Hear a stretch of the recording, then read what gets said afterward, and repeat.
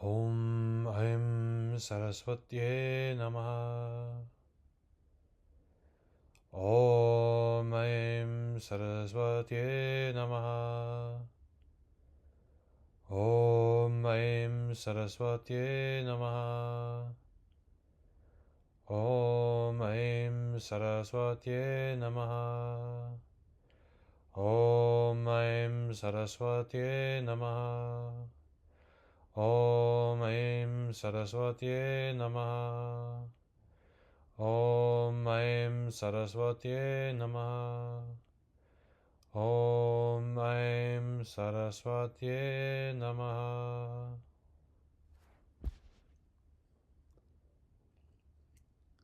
Saraswati Mantra.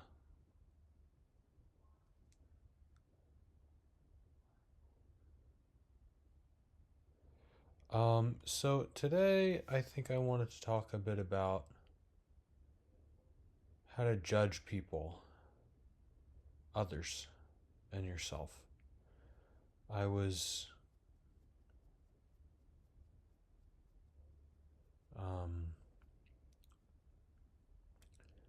responding to one of my friends today. We had a correspondence, and what we had to share with each other is kind of informing why I'm choosing to speak about this, because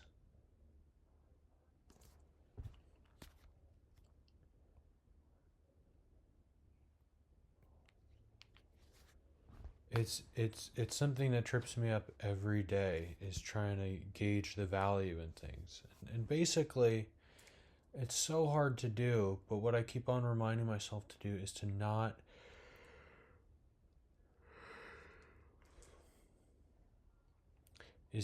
see value in things. Because when you see value here, you're not seeing it there. And so rather than trying to see value in everything, you don't want to see value at all. You just want to take everything as it is.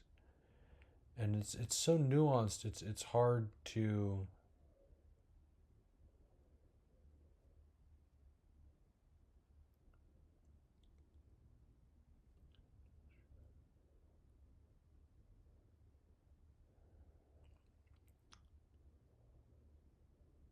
convey that correctly, because there's so much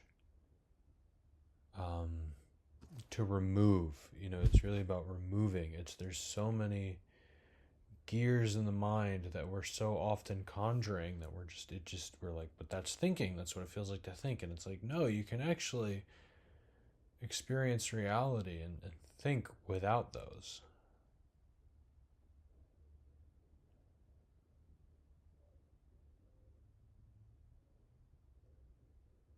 Constantly being there without those mental gears. You can think without them being there. You can experience life and participate in life without needing those every time you want to think or respond or act.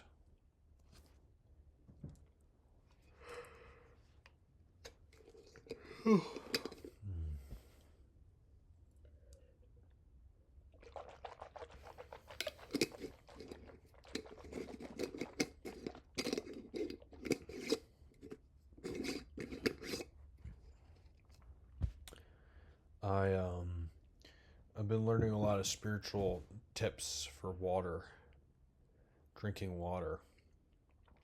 There's this fantastic book, which I don't own, but a lot of people have referenced it, and I've looked at it a little bit, and I'm very keen to own it one day. It's called The Hidden Messages in Water by Masaru Emoto. Hidden Messages in Water by Masaru Emoto.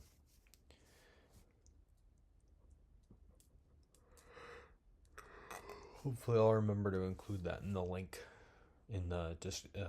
include the title of that book in the description for this video.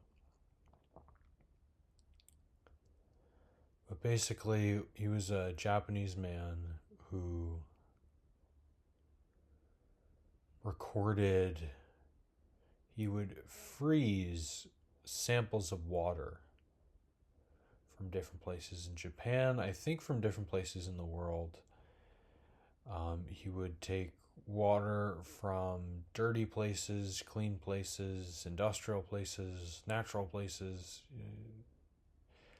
He would just take water from very different environments. And he would also take the same water sample, I think, and say things to it, like compassionate things, or, thank you, or I love you. And then he would say things like stupid, you're wrong. And he would take all these water samples, stuff that he said stuff to, stuff that was from different places, and he would freeze them.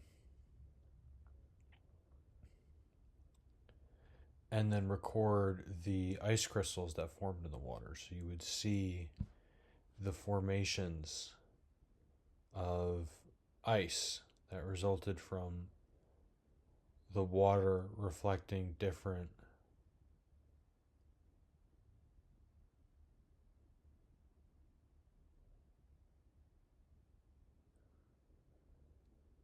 coming from different places, having different intentions, different energies sent to it, such as, I love you, so, loving energy, or something compassionate, or something kind of critical and aggressive and hateful. And you can see the water formations in there. It's very interesting. That book, I highly recommend it.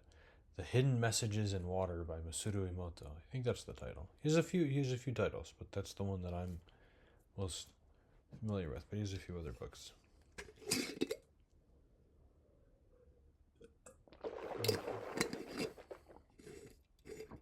So there's that.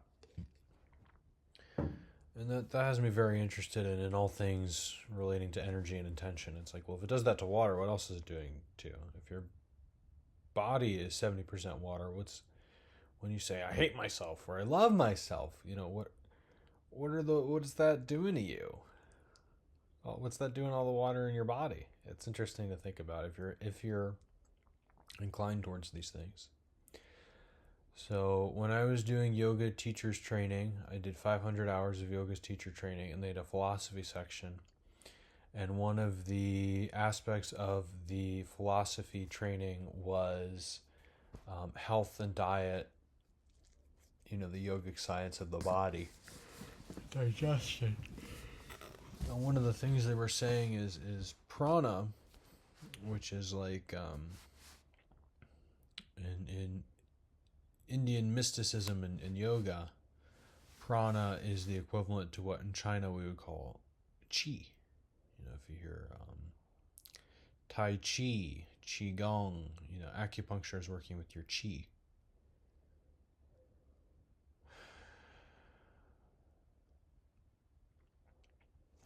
And so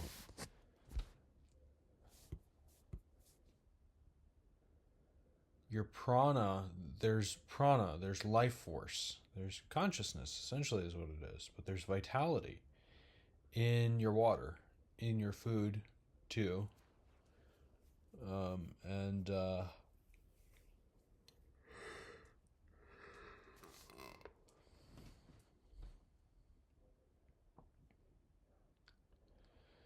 we actually, they say we have three bodies. There's your physical body, which is actually just digested food repurposed into your hardware. You eat a meal, and then the meal gets broken down and digested into nutrients, and then those raw available parts, those nutrients, gets repackaged as the fascia in your finger, or the tendon in your leg, or the muscles in your abdomen, or whatever. As you're constantly being replenished by the food you eat. If you stopped eating, your body would atrophy. You'd become very skinny and weak. Everything would kind of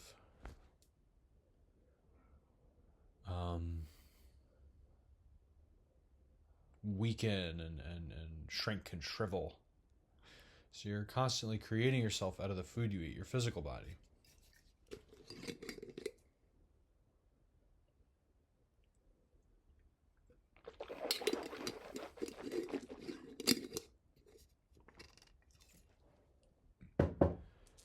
So that's your... Oh my god. Let me look it up.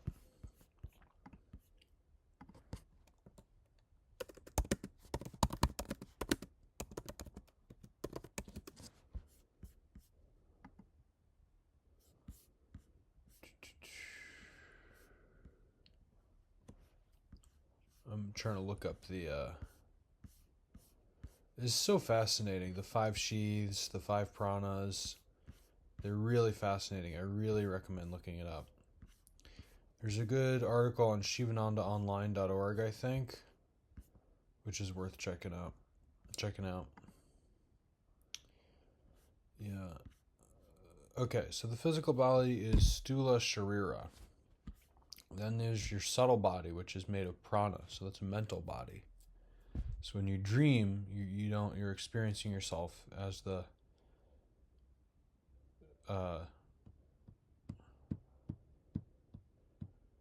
sukshma sharira, the subtle body. So you're just an idea of a person, but you don't actually experience yourself as physical in a dream. Or in the dream you might, but then you wake up and you go, "Oh, it was just a dream." Or in deep meditation, or approaching a proper meditation where your mind is settled. You can really, you still feel yourself as being physical, but in a more advanced proper meditation, you can become less aware of the body and just more conscious of your own beingness. And you're experiencing mostly, if not entirely, in that experience, depending on how into the meditation you are, you're experiencing your subtle body. You're experiencing the mental you without, touch and locomotion and being aware of your physical body without those aspects being present. And then there's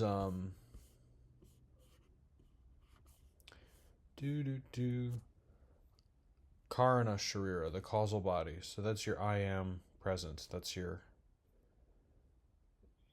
have to, if you remove that, you turn into nothing. So you can remove your physical body, you can remove your thoughts, but there's still something there that is. And if you remove that something that is, then there'd just be nothing. You really wouldn't exist. You wouldn't even know that everything else went. You just wouldn't be there. Like next to me right now, there's nobody. Right? That's what would happen if my causal body got taken away. But if I, blacked out and I wasn't thinking and I couldn't feel myself, but I still existed, and on some level I knew that I still existed, that would be my causal body. This is a very complex conversation. I'm not trying to explain it because it's kind of hard to explain properly. But anyway, you have a body that's made up of prana. And so when you're drinking water, you're absorbing the flavor of the water mentally. And so you want to I had someone who told me that her spiritual mentor told her, her guru told her, people have it backwards. You should be drinking your food and chewing your water. Meaning you should be really like swirling the water around in your mouth and really getting the flavor of it. Because then you're actually absorbing the vitality of it. And you're actually getting you're getting the prana out of your water, which is what will give you vitality from drinking it. You're not just hydrating your body, which is essentially a bunch of repackaged digested food, your physical body, but you're actually intaking vitality, fresh vitality from the water. And same thing with food. There's an enlightened sage, a guru named Sri Swami Shivananda Saraswati Maharaj from Rishikesh, India. He's a bunch of books. He's great. It's from one of his disciples that I did my yoga training. And they were saying in the training, if I recall correctly, that Swami Shivananda said at one point or another, he said this, is my understanding, that you should chew your food and keep chewing it and not swallow and keep chewing until it loses its flavor. And you hear this a lot. There are a lot of gurus who talk about like really chewing your food a lot. And he was saying, Swami Shivananda, my understanding is that's how you know you've absorbed properly and totally all the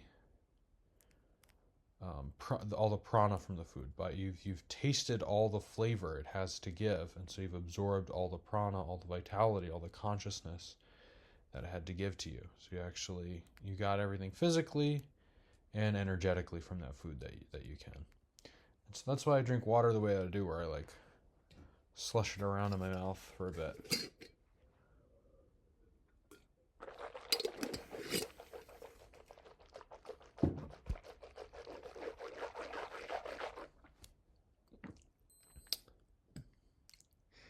Is because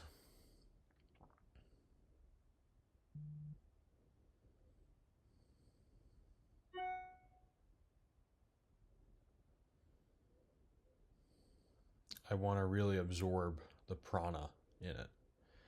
I also heard during an online course I was taking with an energy healer named Erin Worley. She was saying that when you say "I love you" to your water, it fills it with very high vibrations. It restructures it, and it becomes, in Vedanta, what they call Tamoguna, Rajoguna, and Sattvaguna. It becomes Sattvaguna, so it becomes very pure energetically. It's not discordant, it's not in a restless state, it's very pure, very helpful, harmless energy you're consuming. So whenever I get a glass of water, I just like to say, I love you, just really open my heart to it. Or I might think, if this is my last glass of water today, I'd be so thirsty. You can play the old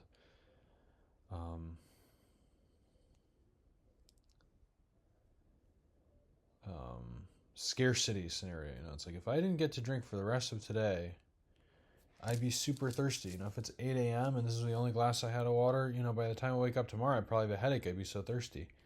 So then you go, thank you for hydrating me. Like without you, I'd be so thirsty and dehydrated. I'd feel off my game today. All my fascia would feel all tight. I'd have a headache. I'd feel all dehydrated. So I'm so glad I have some nice water. And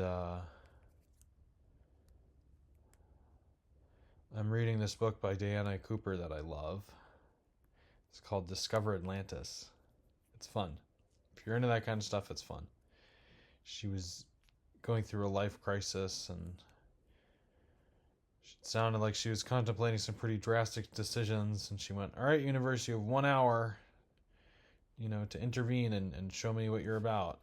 And instantly when she said that, an angel appeared in front of her. And ever since then, she's been able to perceive angels physically, it sounds like, and communicate with them and get downloads of information from them, and worked with channels that work with other beings from that dimension of reality. And she's taken that information and recorded it into books, and I like her books. And in that book, she was saying you can take a piece of paper, clean paper, and write "I love you" or "thank you," and put it in a jug of water and leave it overnight. And you can say a prayer or not, or a visualization or an affirmation or something positive from you to the water, and leave it overnight. And then in the morning, or overnight, so let's call it an 8-hour period, you can trust that the water has kind of restructured energetically, become very pure, very energetically uplifting. And she was also saying that you can do the same thing where you say it or you write it to the water and you leave it, but you do this in a blue glass or a blue glass jug or jar, and you leave that in front of sunlight. and that'll automatically supercharge it. The sunlight with the blue color supercharges it, and then when you say that affirmation, it's very powerful. So whenever I drink water, I try to slush it around and um, really get the flavor of it, really absorb all the prana, and these are the things I'm into, so I'm sharing. And you can like say an affirmation or something nice, like I might say I love you, or I'll think about, if I didn't get to drink any more water that day, how dehydrated I am, and so really what a service this glass of water is giving to me. And so I'll say, really thank you. I'll think about all it's giving to me. If I didn't have any more water the rest of the day, what that would be like. And now because I have this glass of water, it's granting me the opposite of that. So I go, wow, without you, it'd be like that. So because of you, it's not like that. Thank you. Thank you. Thank you. And then I might say my mantra. Just send us some good energy. Think, really pause and really think about that glass of water as soon as I fill it up. And then whenever you drink it, you can just drink it, but it's been purified and blessed. It's like holy water, kind of.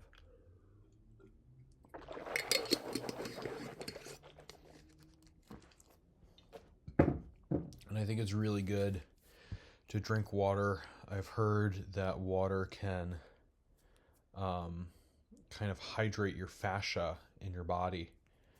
And so you can become kind of stiff and tight if you're dehydrated, but when you're hydrated, it's really good for your fascia, all the silver skin in your body, I think is what that correlates to. And then also I think it's very good for your lymphatic system, I believe. Don't quote me on that one, but I think it's good. And those are both very important, is my impression. Those are both very important for receiving energy from the universe. If you're ever meditating and you start feeling very inspired or get visions during your meditation, or you feel like, you're just kind of feeling very ESP, you just feel like you're really connected to something beyond the norm, that's a great way to let that stuff come through if somebody feels that way.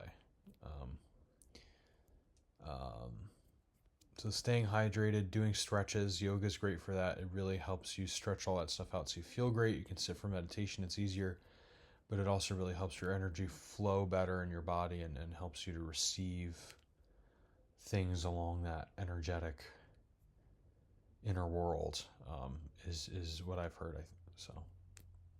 Is the impression I have.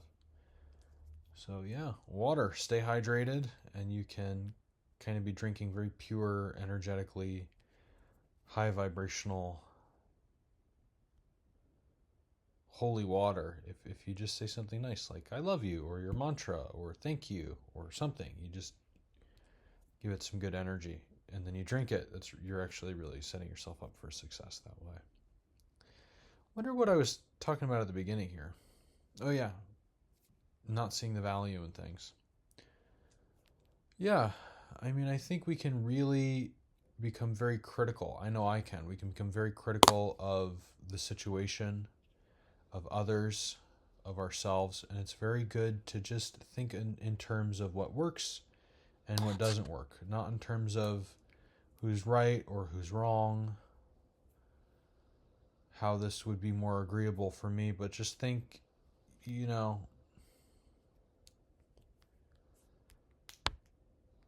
this quality of mind, this quality of action leads to these quality of outcomes. If I'm very tired and I don't eat right and I get a poor night's sleep because I was, messing around with things that I shouldn't be messing around with, like only getting, less than 6 hours of sleep, and I was watching, a scary movie right before bed and, drinking coffee, it's like, well, you're not going to get a great night's sleep. You'll probably be cranky in the morning. You weren't eating a good diet. You'll probably feel that. Maybe you didn't meditate the day before or whatever. It happens, but, it's like you're going to kind of find a lot of naturally occurring resistance in your body. You're going to feel very tired, what they call in Buddhism sloth and torpor. So you're going to be feeling very slow and sluggish and very dull and groggy and foggy, brain fog, right? And then maybe the next day, you get 7 hours of sleep or so. You didn't get that much sleep the night before. Maybe you get 8 hours of sleep. And you have a right diet, you meditate that day. It's totally different. And so you're not like, oh, the day before was so bad, everything went wrong, I'm such a loser for not getting it right. And then the next day comes and you get it all right, and you're like, I did everything right today. I'm so good at meditating. I eat the healthiest diet ever. I slept perfectly like a bug in a rug. I'm truly a spectacular specimen of humanity.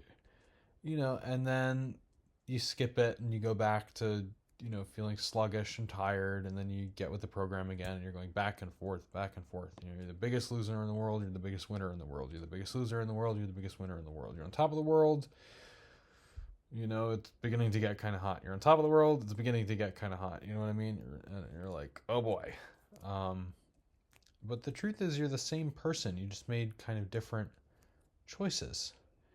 And so it can really, I've found, and this is not something I've mastered yet by any means, but at least intellectually I understand it's more useful to just look at what's happening and not make it so dang personal. Like,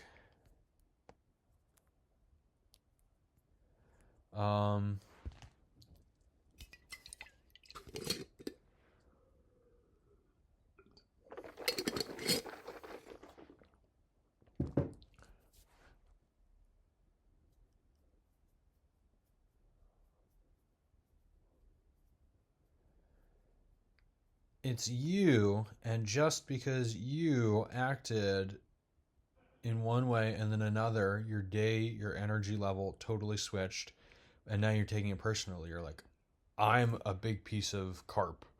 I'm a huge winner, And but the truth is, you just made different choices, and so you go, look, I'm the same person either way. Like, whether I get a full night's sleep or not, whether I eat the right things or not, whether I meditate or not, my social security number is the same. And it's the same photo on my driver's license. So I stay the same.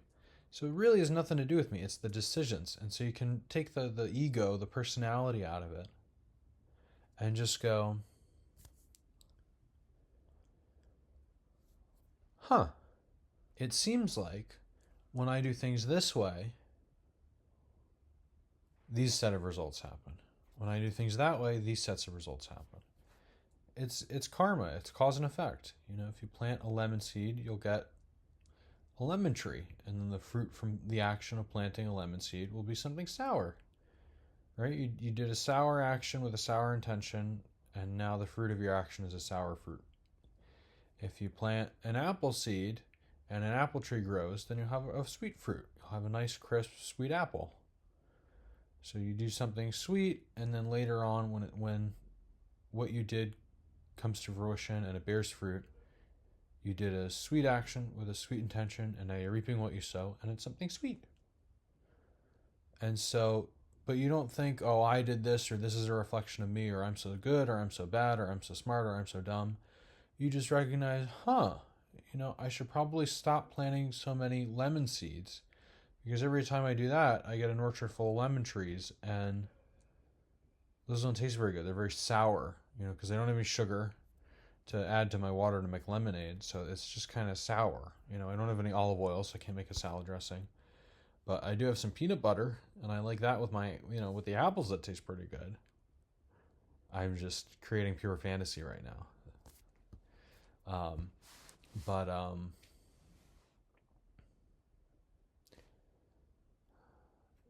the idea is,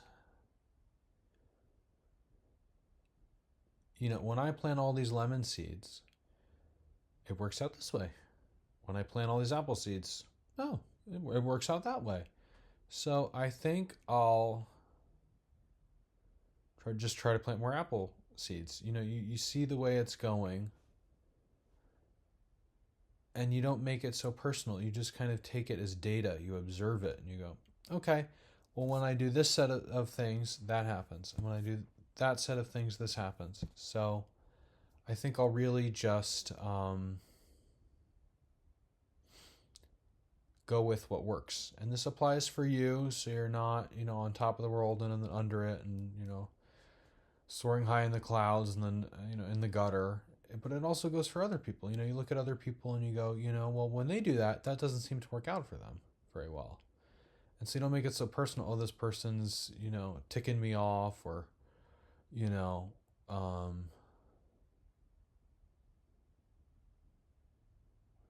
or, I really prefer that person. You just, because they're so nice and they always gifts for me. Um, you just look at the results and then what's happening before the results happen. You go, okay, this equates to that. This seems to equate to that. And so you can just change the dynamic. You don't have to worry about whose fault it is or how that reflects on them. You don't see any value in it. It's just when things happen this way, those seem to be the results. When things happen the other way, those seem to be the results. And so you can see what feels more wise to you, but you don't have to go, well, I don't really like him, or I'm really dumb, or I'm really smart, or he's the best. Or she's the best. You can just observe it. Think about what gives you the results that you like. If you like things being hard and difficult and annoying, then do that, but most people don't. So you can go, okay, well, this seems to be more intelligent. So you just make the more intelligent choice, and you make it about choosing the choice that correlates with what you think works. So there's no value in it. You're just choosing the choice that correlates with what you think works. And leaving the other choice alone, because you also see what that tends to lead towards. Anyway, that was my timer. It's been over 30 minutes, so we'll leave it there. Om Namah Shivaya. I hope you get something out of this. I love you. Bye.